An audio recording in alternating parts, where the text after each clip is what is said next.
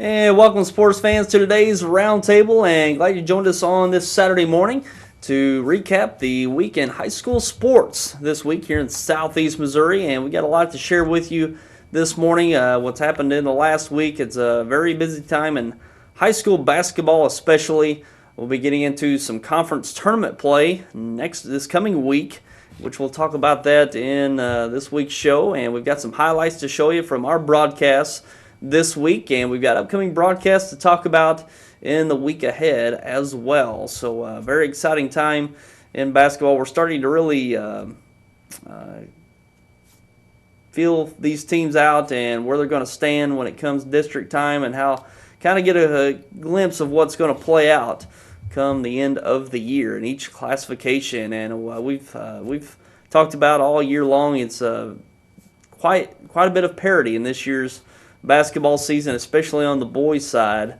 Not any team that's just head and shoulders above anyone else, but a lot of parity this year. Seeing some, I think the difference this year is seeing some of the teams that have struggled over the last number of years starting to be a lot more competitive, and kind of your mainstay programs are playing competitive as well. So seeing a lot of good basketball, and seeing a lot of teams beat each other. You can't really match up, okay, they're better than them, so we've seen a lot of teams play at a high level throughout this year. So it makes, anytime you go out to a game, Tuesday, Thursday, Friday night, going to see a competitive game by a better chance this year than others. So we're going to move on to some games that you can watch here on YHC and CMOSportZone.com, and we did a game last night, Portageville and Malden. You can catch that replay today at noon and 6:30, and also Sunday afternoon at 4.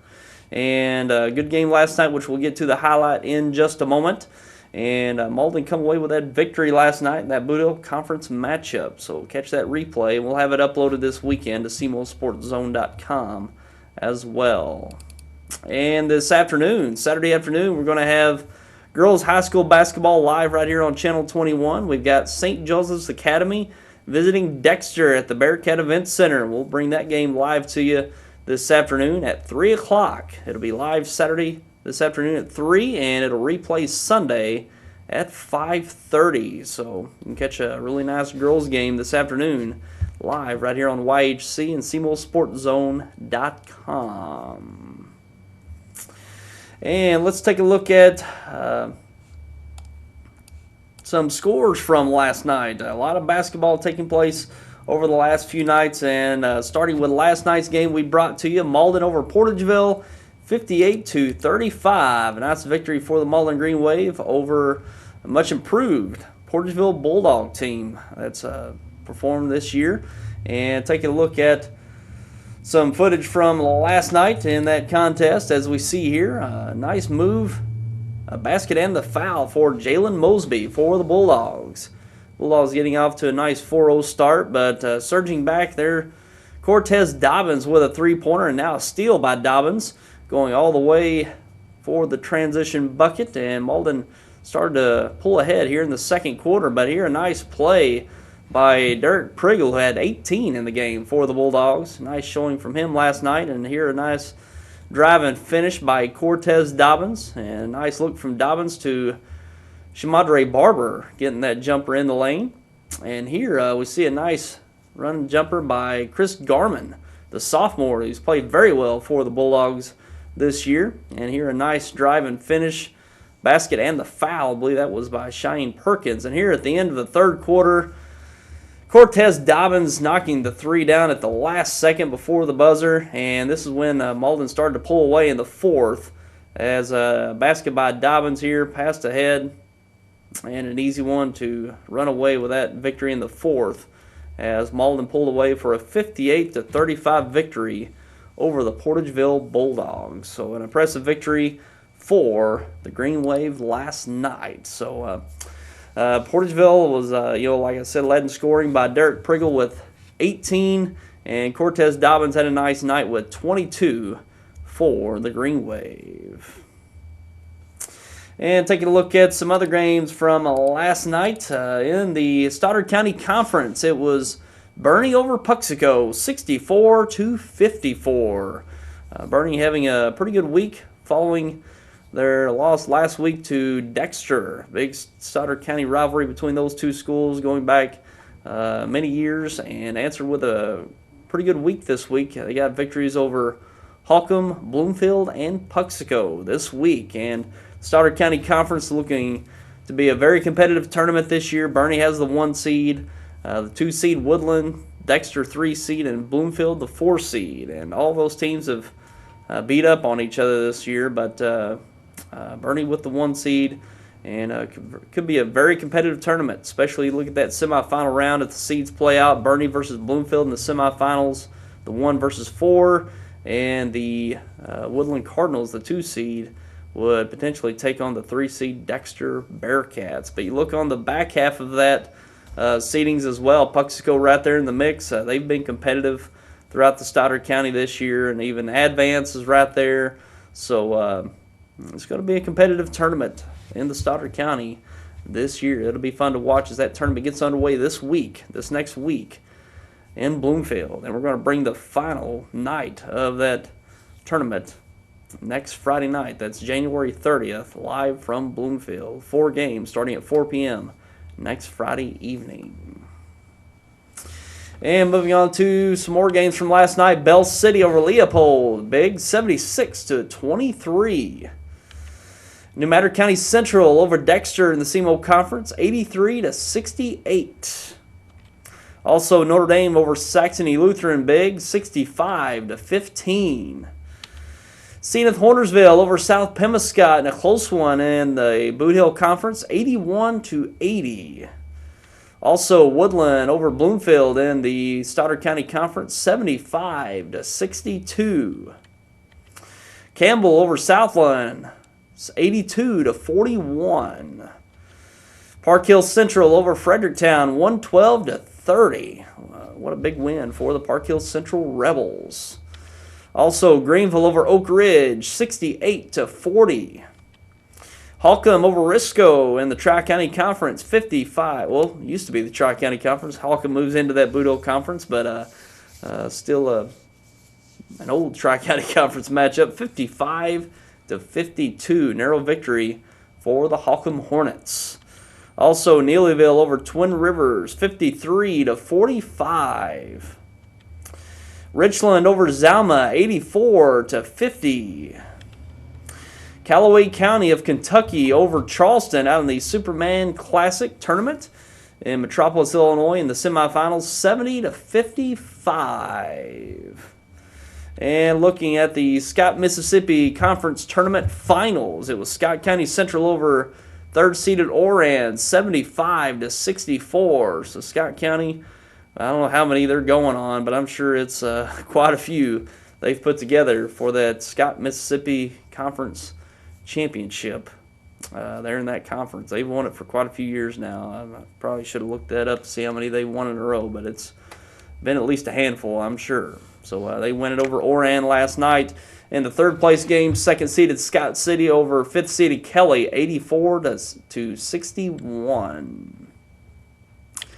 And in girls basketball from last night, Saxony Lutheran over St. Charles West, 49-37. Saxony Lutheran, probably the consensus top girls basketball team this year. They're undefeated, which we'll get to the state rankings in the next segment. But impressive victory for Saxony Lutheran last night. And going back to Thursday night games in girls basketball, Sykeston over Perryville, 61-22. Cape Central over Chaffee, 67-44.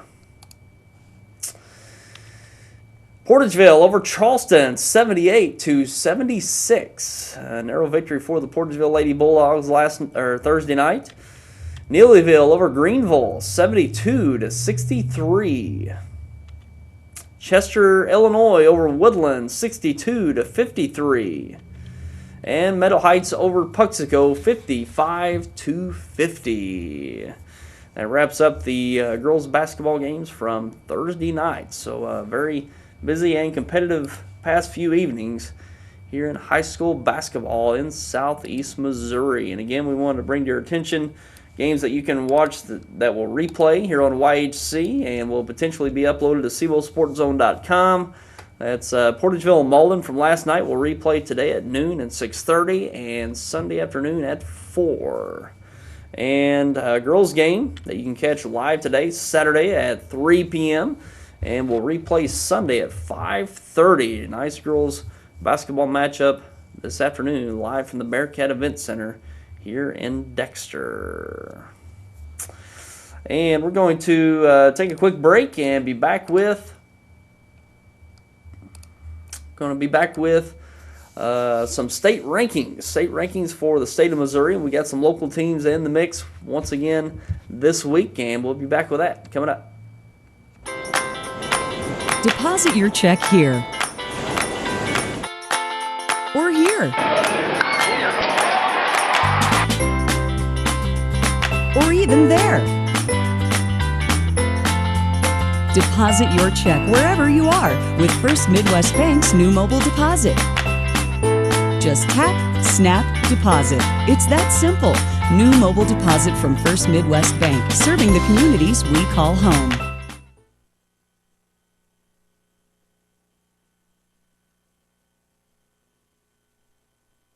Always on the go?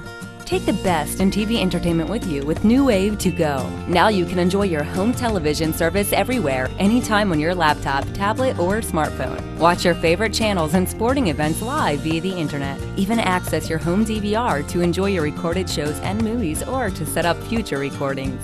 Prices start at just $12.99 a month. So call us today and ask about New Wave to Go. Another innovative service brought to you by New Wave, your local communications experts.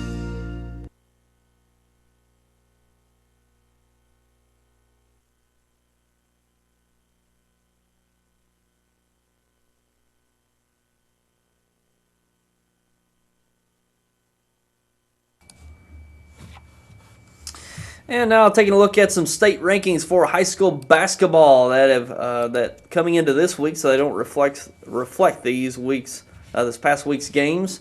Starting out with Class 1, Medville still on top at number 1 in Class 1 at 11-1 coming into this week.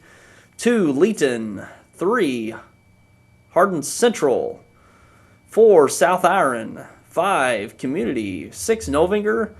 7, Stanberry. 8, Walnut Grove. 9, Winston. And 10, Glasgow. And actually, I think Leeton moves down from number 1 in that poll this week. I believe that's the case.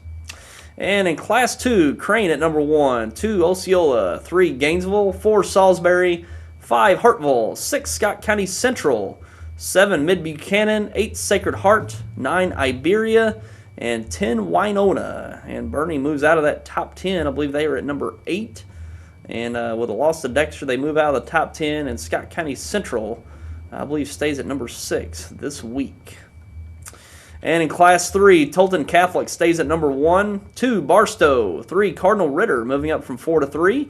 New Madrid County Central, moving up from 5 to 4. Number 5, Madison Prep. 6, Park Hill Central. 7, California. 8, North Tech. 9, Stratford. And 10, Lafayette County. So a very competitive Class 3 this year. You see Park Hill Central there in the mix at number 6 in the top 10 as well. And in Class 4, Lafayette at number 1. 2, St. Charles. 3, Rolla. 4, Jeff City Helias. 5, Lincoln Prep. 6, Cape Central. 7, Pacific. 8, Mexico. 9, Moberly. And 10, Westminster Academy. So Cape Central there in the top 10 once again this week at number 6. And in Class 5, Chaminade at number 1. 2, Webster Groves. 3, Blue Springs South. 4, Waynesville. 5, Fort Zumwalt South. 6, Nixa. 7, Kickapoo. 8, Hazelwood Central. 9, Christian Brothers College Prep. 10, Blue Springs. And those are the boys' rankings for this week. Moving on to the girls' rankings. For Class 1, Walnut Grove at number 1. 2, Drexel. 3, Mercer. 4, Tuscumbia. 5, Jefferson. 6, Norborn. 7, North Harrison. 8, South Holt. 9, Lynn County. And 10, North Andrew. And a little surprised Naylor hasn't topped that top 10 poll yet this year. I think they did maybe earlier in the year, but haven't been since. But they've had some impressive wins this year, but they will be there probably at least in the sectional or quarterfinal round come district time in Class 1. And Class 2 for the girls, Crane at number 1. So both boys and girls at number 1 in the state. And Crane, pretty good year for Crane in high school basketball. 2 North Platte, 3 Skyline, 4 Tipton, 5 Gainesville, 6 Plato, 7 Neelyville Lady Tigers at number 7, 8 New Bloomfield, 9 Archie, and 10 Scotland County. And Class 3 for the girls, St. James at an undefeated 15-0, 2 Saxony Lutheran at 16-0 coming into this week, 3 Boonville, 4 Park Hill Central, 5 Licking, 6 Fatima, 7 Stockton, 8 Cardinal Ritter, 9 St. Pius of Kansas City, 10 Chillicothe, and Saxony Lutheran moving up to 2 in the poll this week at an undefeated 16-0, and Park Hill Central just up the way there, and at number 4, they're a very competitive team this year in Park Hill Central, and those two teams could meet up in the sectional round. I believe it would be the sectional round in Class 3 this year, so 2 top 5 teams could meet up in the round of 16 in the sectional round in the state tournament. And in Class 4, Incarnate Word at number 1, 2 Country Day, that's Mary Institute of Country Day Schools, 3 St. Francis Borgia, 4 West Plains, 5 St. Charles, 6 Benton, 7 Smithville, 8 Buffalo, 9 Bolivar, and 10 Hillcrest. And rounding out the rankings for the girls in Class 5, Rockbridge at number 1, 2 Kickapoo, 3 Kirkwood, 4 Hickman, 5 Hazelwood Central, 6 Republic, 7 Parkway North, 8 Washington, 9 William Chrisman, and 10 Fort Zumwalt West. And those are your state rankings this week for high school basketball. And we're going to take another break and be back with more. We've got a college football signing this past week here locally. We're going to report on that in just a moment, among other things, and we'll be back with more coming up. What is your emergency? Need assistance at County Road 61 and Highway 9. Help is on its way. Clear! There's a better way to jumpstart your soil back to health. Apply Endzone to protect and increase nitrogen efficiency without killing bacteria. Apply Prevent to increase phosphorus availability and reduce fixation. Better yet, use them both to get more from your fertilizer investment and see higher potential yields. Ag Explorer, your prescription for healthy soil.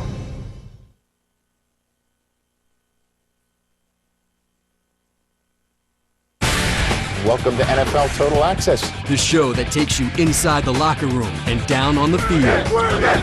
With inside access to all 32 teams all year long.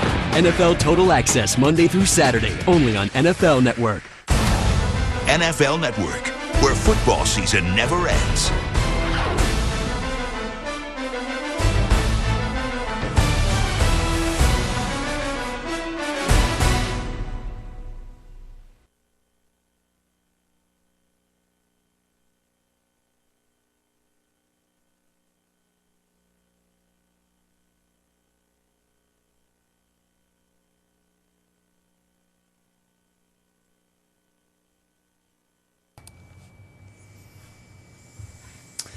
And now to report on a college football signing from this past week, and it comes from Peyton Pollock of Dexter. And here's a tweet this past week from Peyton Pollock on Twitter. Blessed to say I will officially be a college football player. Hashtag SBU, and that's Southwest Baptist University, as Dexter's Peyton Pollock will join Southwest Baptist next year for their college football program. And quite a few Dexter players have moved on to Southwest Baptist over the years. I believe Dexter's DJ Dowdy now at Southwest Baptist, and Peyton Pollock will join Southwest Baptist next year for college football. So congratulations to Peyton Pollock, able to advance his college or his football playing days to Southwest Baptist. And Peyton Pollock played very well at quarterback the past few years for the Dexter Bearcats, as he was a transfer coming into his junior year. from Crystal City. Moved in his junior year in Dexter and performed quite well at the quarterback position for the Dexter Bearcats the last few years. Whether he plays quarterback at the next level, we'll see, but certainly a nice talent for the Dexter Bearcats for the past few years here in Dexter. And we're going to now take a look at some things to look forward to here in this next weekend, starting off with some college basketball to take a look at for this weekend on Saturday today. And top-ranked Kentucky is at South Carolina in the SEC. Florida State at 15th-ranked North Carolina. 11th-ranked Kansas at 17th-ranked Texas in the Big 12. TCU at 18th-ranked West Virginia, and that's in the Big 12 as well. 5th-ranked Iowa State at Texas Tech in the Big 12. 19th-ranked Oklahoma at 21st-ranked Baylor in the Big 12. And a big matchup today, 6th-ranked Wisconsin at Michigan in the Big 10. 7th-ranked Arizona at California in the Pac-12. And a nice SEC conference matchup here locally is Arkansas at Missouri. For today, Arkansas with a pretty good year at 14-4. It'd be a big win for the Missouri Tigers. They can get that win today in Columbia. And our local teams here, SEMO's at UT Martin in the Ohio Valley Conference, and Arkansas State's at Troy in the Sun Belt Conference. So that's the college basketball matchups taking place this weekend. And take a look at NFL football over the next few weeks. This weekend, Sunday, we've got the Pro Bowl, which they've gone to the fantasy draft version of the Pro Bowl. They started that last year, where they take a few I wouldn't say old time, but top performers in their former days. Last year, I believe it was Jerry Rice and, golly, who was that? Was it Jerry Rice and Deion Sanders last year? And this year they're taking Michael Irvin and Chris Carter, former big-time receivers, Hall of Fame receivers, to head up this year's teams, basically as general managers. And they did the draft this past week, and those teams are set for this Sunday's Pro Bowl at 7 p.m. on ESPN. I think it's gone over well, that Pro Bowl. Of course, the Pro Bowls suffered to really get any viewership or just any interest, really, because the players just take it so easy on each other, which is understandable. But they've tried to galvanize some interest for the Pro Bowl with the fantasy draft, which I think it makes it a little bit more interesting to see who's picked. And Andrew Luck was the top overall pick for this year's Pro Bowl from Indianapolis. And they it used to be AFC versus NFC, and they've kind of went away with that, went with the draft, so teams are crossing over, and actually, teammates on their teams can actually play against each other, the way the Pro Bowl's set up now, so at least it's got a little element of interest about who drafts who at what round or at what point, so it makes it interesting, certainly, from the kind of pregame standpoint, who gets picked where and who, what pick does these players get picked. But when it comes to the Pro Bowl, it's still kind of lacking. The players not really giving their best effort, which is totally understandable. Their seasons are over, don't want to get hurt at going into the off season. But we'll see how it all plays out. And the Pro Bowl is in Glendale, Arizona, the site of Super Bowl 49, which gets underway next week. 2 weeks off between the conference championships and the Super Bowl, and we'll get underway with that Super Bowl next week. Next Sunday, February 1st, between the AFC champion New England Patriots and the NFC champion Seattle Seahawks. It will be Sunday, February 1st, 5:30 on NBC. And quite a bit of news heading into this Super Bowl.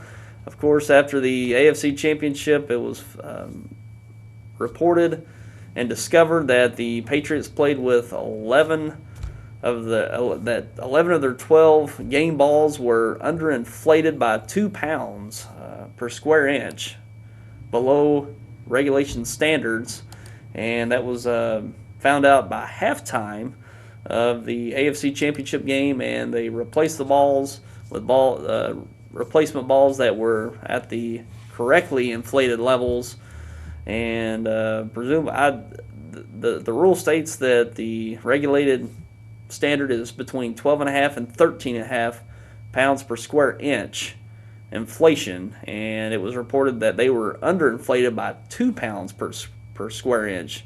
So presumably that would be 10.5 if it's below the standard. So we'll see how that plays out. There have been press conferences this week from Coach Bill Belichick, also quarterback Tom Brady, and they basically deny any knowledge of anything.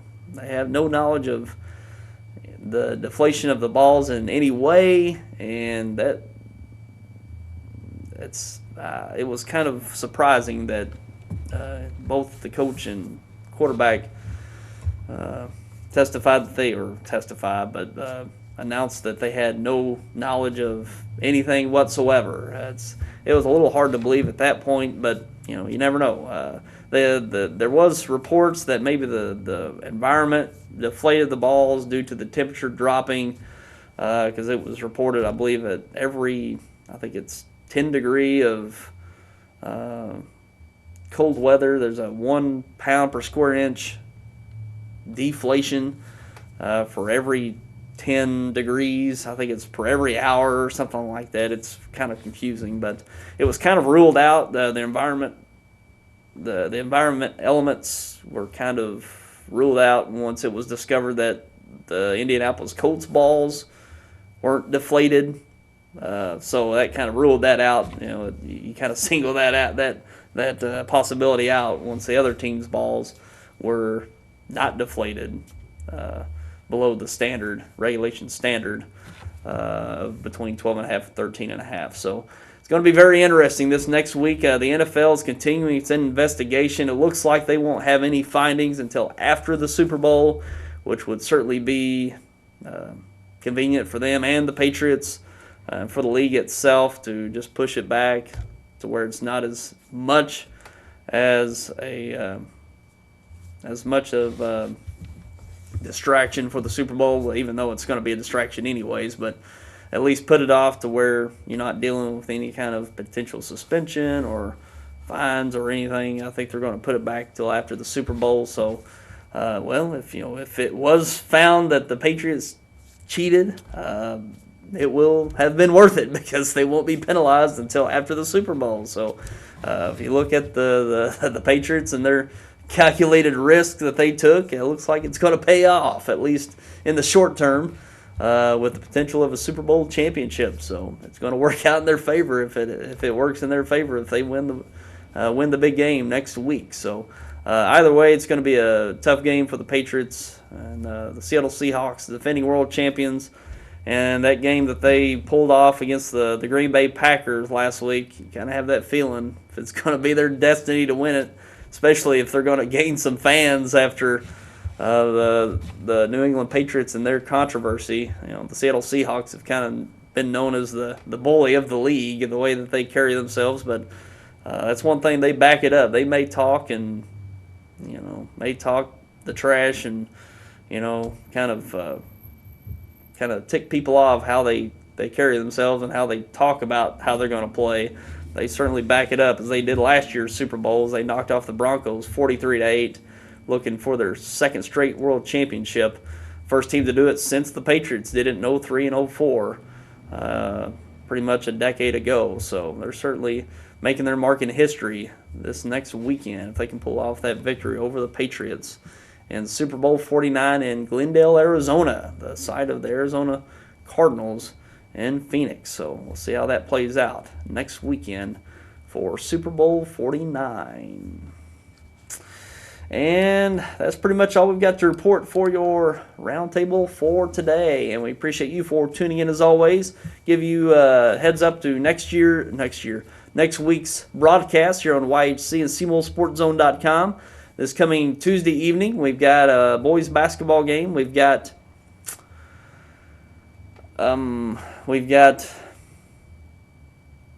Risco at Gideon. And at this time, it doesn't look like that game will be live. It'll probably be replayed for Wednesday night.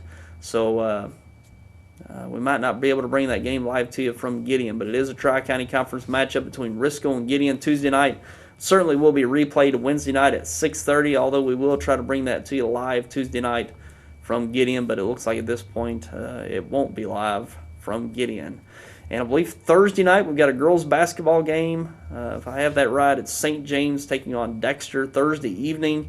St. James, the top-ranked team in Class 3 for the girls, visiting the Dexter Bearcats Thursday evening. And Friday evening we've got the Stoddard County Activities Association Tournament Finals night. And it's the third place and championship game for both JV and varsity. We'll start at 4 p.m., live at 4 p.m. from Bloomfield. It'll be the JV third place game. Following at 5:30 will be the varsity third place game. Following at 7 o'clock will be the JV championship.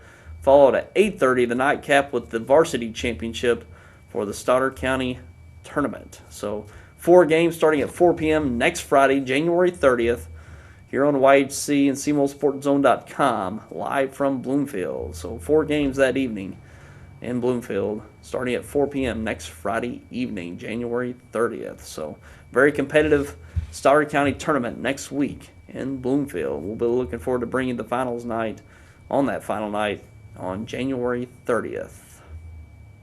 And that's all we've got for your roundtable for today. And don't forget about this afternoon's game at 3 o'clock. We've got Dexter taking on St. Joseph's Academy live right here on Channel 21. Later on at 3 o'clock from the Bearcat Event Center here in Dexter. And that's all we got for today, and we'll look forward to seeing you next week on another roundtable. And until then, I'm Tyler Wagner. Have yourself a great week. Take care, everyone.